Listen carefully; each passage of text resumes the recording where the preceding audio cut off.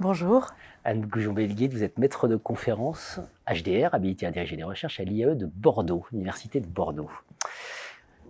Anne, pour vous, on va démarrer directement. La RSE s'est dépassée. Tout à fait. Effectivement, la RSE aujourd'hui présente des limites opérationnelles, des limites aussi dans sa définition.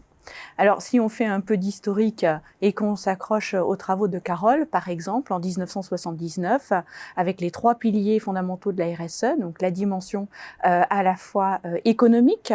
Dans cette dimension économique, on a l'idée de rentabilité financière qui est chère aux entreprises privées, bien entendu, mais on a aussi l'idée qui avait été développée par Ford du salaire équitable, de manière à ce que les salariés deviennent des consommateurs de l'entreprise et de manière aussi à ce que les salariés vivent mieux et donc ça apaise aussi les liens sociaux au sein de l'entreprise. Le deuxième point, c'est la conformité avec la loi. Donc l'idée que, surtout en France par ailleurs, par rapport au Code du travail, il faut que les salariés travaillent dans de bonnes conditions, que l'entreprise puisse garantir la sécurité physique et psychologique des collaborateurs. Et la dimension aussi éthique, donc il y a tout un courant de recherche sur les business ethics. Et puis d'un point de vue opérationnel, on voit bien que les entreprises gèrent les salariés par des valeurs, de l'éthique, de la morale, et la dimension philanthropique. Finalement, les entreprises donnent aussi. Donc, il y a le côté un peu sombre des choses quand on parle de greenwashing, et puis il y a le côté aussi qui est bénéfique quand effectivement les entreprises financent des ONG ou des associations qui vont dans le sens de la protection de l'environnement ou du développement sociétal. Alors aujourd'hui, le problème, c'est qu'on a pléthore d'outils et de méthodologies pour évaluer cette RSE et que ça part un peu dans tous les sens et qu'on oublie une dimension qui est très importante, c'est la dimension territoriale. Je suggère qu'on dépasse un peu les approches classiques du management qui considèrent l'entreprise comme une entité à part entière qui doit apprendre à rationaliser, à optimiser pour avoir plus de rentabilité et qui doit s'adapter finalement à l'environnement. Alors finalement, elle fait partie de l'environnement, elle doit s'ancrer d'un point de vue du territoire et élaborer des partenariats avec les ONG, les associations, les pouvoirs publics, que ce soit au niveau des collectivités territoriales, des départements ou des régions. Et cette dimension-là est complètement évacuée des approches RSE, donc la RST ouvre, rien que dans son nom, la frontière organisationnelle et ancre l'entreprise sur un territoire. Bien sûr, la RST, la responsabilité sociale des territoires. C'est la première fois que je l'entends. Alors, concrètement, qu'est-ce qu'on intègre comme élément dans le cadre de la RST? Alors, dans la RST, on va intégrer plusieurs dimensions. Donc, dans mes travaux de recherche, j'ai développé une matrice stratégique de la RST, donc de la responsabilité sociale des territoires, qui intègre 3 dimensions clés. La première dimension, c'est la valeur.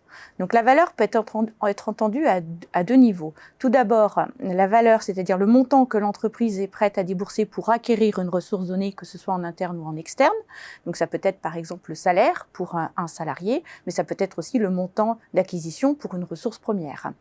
Mais ça peut être aussi la valeur productive que la ressource génère pour l'entreprise. Deuxième point, c'est le degré de rareté.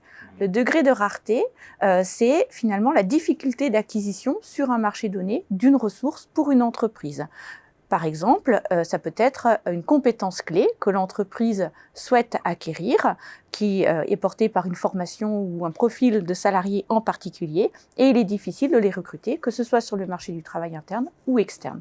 Et la dernière dimension qui est très importante, c'est le multiniveau. Et ce multiniveau n'apparaît pas dans les outils de pilotage stratégique des organisations, ni dans les logiques de management des organisations. Souvent, l'entreprise est abordée comme un tout, de façon très holistique, et on oublie toutes les spécificités, toute la complexité de l'organisation. Donc le premier niveau, c'est l'individu, dans la qualité de sa relation à l'emploi. Tous les individus n'ont pas les mêmes attentes dans leur relation à l'emploi. Certains souhaitent mieux vivre chez eux et vont développer par exemple des loisirs, mais ils seront attachés à leur travail simplement dans une logique d'atteindre les objectifs qui ont été fixés, alors que d'autres se construisent personnellement parlant, construisent leur identité personnelle à travers cette identité professionnelle et ont besoin de plus, ont besoin de reconnaissance, ont besoin de possibilités de carrière, de promotion, de formation, des choses qui sont plus spécifiques. Au niveau des groupes ensuite, il faut penser aux dynamiques de groupe. Comment est-ce que les groupes sont composés? Comment est-ce que les groupes travaillent ensemble de manière synchrone, asynchrone, en distanciel, en présentiel? Savoir aussi comment sont prises les décisions, quelle est la position du leader au niveau du groupe. Donc il faut aussi réfléchir au groupe en présence. Tous les groupes sont un peu différents au sein de l'organisation et il faut s'adapter. Le niveau de la gouvernance, bien entendu, la structuration de la gouvernance. Est-ce que nous sommes sur une gouvernance avec par exemple une famille? Donc c'est une entreprise familiale. Est-ce que c'est une entreprise avec des actionnaires? Quelle est la structuration même de cette gouvernance? Est-ce qu'il y a plus de femmes, plus d'hommes? Quel est le profil d'études, par exemple, des membres de cette gouvernance? Donc il faut s'interroger aussi sur le rôle réel de cette gouvernance.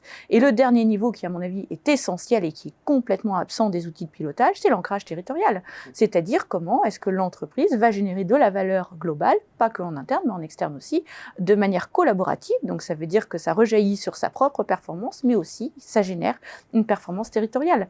Donc avec, comme je l'ai dit, les départements, les collectivités territoriales, les régions, les ONG, les citoyens. Aujourd'hui, les citoyens attendent plus des organisations. Elles attendent une responsabilité, mais qui soit copartagée aussi et inscrite à l'échelle d'un territoire.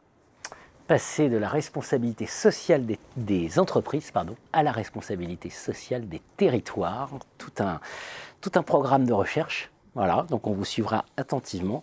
Évidemment, au moins ça a le mérite de mettre du concret sur des questions comme l'impact, par exemple, impact sur le territoire. Oui. Merci Anne. Merci beaucoup.